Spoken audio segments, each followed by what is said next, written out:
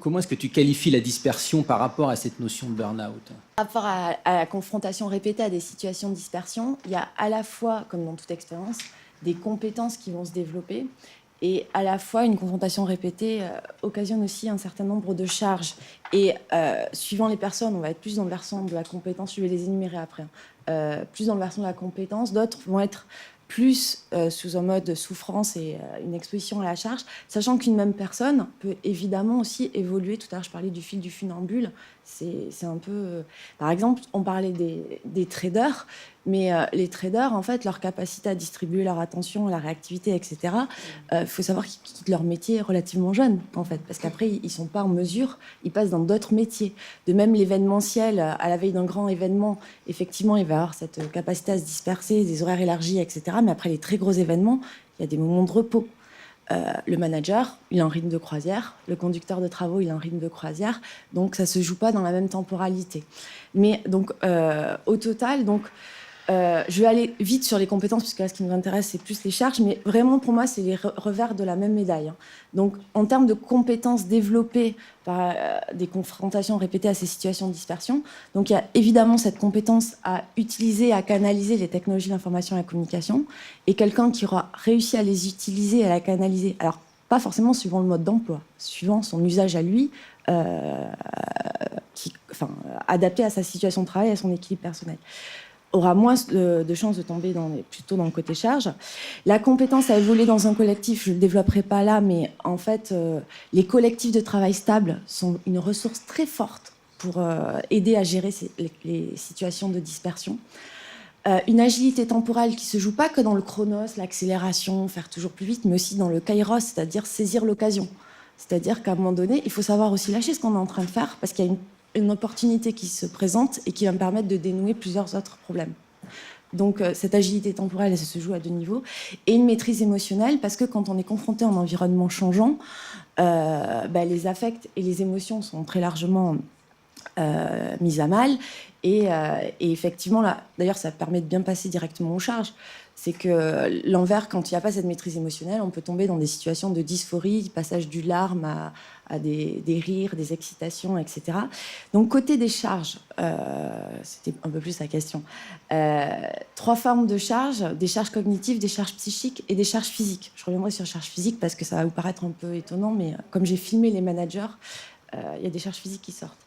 Charges cognitives, alors des choses, tout à l'heure on a parlé d'économie d'attention, donc des choses très connues sur les coûts cognitifs associés à la gestion des interruptions.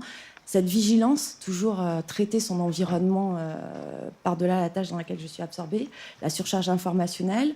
Il y a tout aussi qui se joue au niveau de l'entretien du réseau relationnel et qui prend aussi beaucoup de temps et d'énergie, et la pression temporelle aussi à gérer. Charge psychique, je vais vite ça, parce qu'en fait, toute la littérature sur l'attention traite vraiment ces choses-là, ou la littérature, c'est les interruptions. Charge psychique, il y a vraiment la question de la préoccupation, une préoccupation lancinante, c'est-à-dire, j'ai ma to-do list qui est toujours là, je n'ai pas traité, j'ai encore ces trucs en suspens, donc tout en gérant mon activité, je suis préoccupée, comme en tâche de fond, pour une métaphore d'informaticien, j'ai autre chose derrière et ça va venir un peu me plomber dans mon activité. Yves Cleux a très bien développé, il prend l'exemple du crash du Mont Saint-Odile pour montrer comment un état de préoccupation peut venir inhiber une action en cours jusqu'à la catastrophe.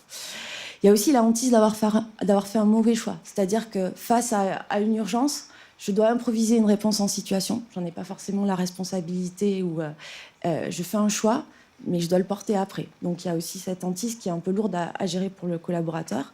Et il y a un sentiment de culpabilité parce que faire face à cette situation de dispersion, c'est pas reconnu comme du travail effectif.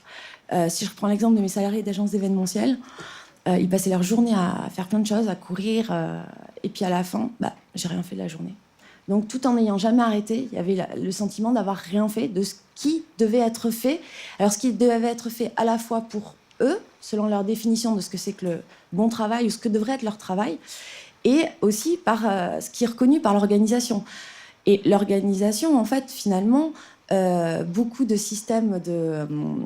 j'ai oublié le mot, pour enfin tout ce qui est recap, etc., pour garder des traces de l'activité, c'est quand même fondé en amont sur une vision du temps et de l'organisation très planifiée, en fait. Et il n'y a pas trop de place, puisqu'en fait, MER, c'est les logiciels qui sont faits sur le modèle du plan. Il n'y a pas trop de place pour tous ces ajustements de temps très courts, de gestion réactive, etc. Donc il y a aussi un décalage et une non-reconnaissance par l'organisation de certaines actions qui pourtant font partie d'une bonne partie de la journée du travailleur. Et d'où ce sentiment de culpabilité qui est une charge psychique assez forte. Donc en fait, je suis en train de décomposer toute une myriade de choses par rapport au burn-out, en fait. Et j'en viens aux charges physiques. Bon, il y en a une évidente, c'est la fatigue. Hein. Tout ce que je viens d'évoquer, ça occasionne de la fatigue. Et je vous parlais des agences événementielles ou des traders sur un temps plus long. On voit bien ça. Et donc, en fait, ce que j'ai pas dit, c'est que ma méthodologie, c'est de l'ethnographie. Donc, je travaille sur ce sujet-là depuis 2002.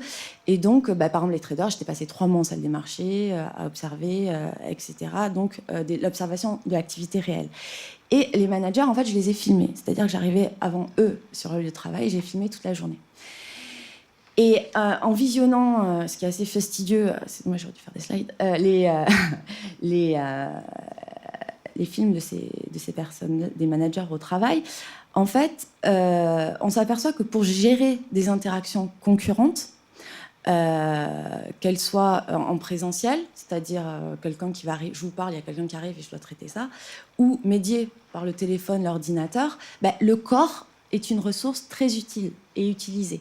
Alors ça avait été démontré il y a très longtemps en analyse conversationnelle par Emmanuel Chegloff, qui montrait, par exemple, donc, si je suis en train de parler avec vous, il y a quelqu'un qui se présente à la porte, suivant la partie de mon corps que je vais tourner, ça donne du poids ou de l'importance à comment je traite l'interruption. C'est-à-dire que si je vais tourner que la tête, c'est une interruption, je reste engagée avec vous. Si je commence à tourner les segments supérieurs dans leur ensemble, je commence à lui donner du poids. Et si je m'en vais tourner mes jambes, au revoir pour vous, je me refocalise sur l'interruption. Et en fait, en filmant les managers, je me suis aperçue que ces torsions et ces étirements, il y a aussi tout ce qui est étirement, ils existaient, y compris quand en fait, c'était un autrui distant. C'est-à-dire quand c'était le mail, la messagerie, etc. Et donc, alors ça paraît anodin, un manager qui s'étire entre quelqu'un qui rentre, son email ou son téléphone fixe, etc. Mais répéter à longueur de journée, ça pose des questions, et notamment quand on voit que les troubles musculo-squelettiques explosent dans les métiers à composante intellectuelle, sachant qu'il n'y a pas trop de pistes. Après, je ne suis pas médecin, c'est juste l'analyse vidéo qui révèle ça. Et évidemment, ces 3 types de charges, qu'elles soient cognitives, psychiques ou physiques, elles se renforcent, elles se cumulent. C'est-à-dire que plus on va être fatigué, plus on va avoir tendance à développer des charges psychiques, etc. D'où l'importance aussi du processus et de saisir ça sur la durée, et pas que sur du déclaratif non plus, parce qu'il faut voir, et notamment en termes d'utilisation d'outils, et les gens sur le déclaratif, ils vont pas avoir tendance à déclarer ce qu'ils font réellement, parce qu'ils n'en ont pas forcément conscience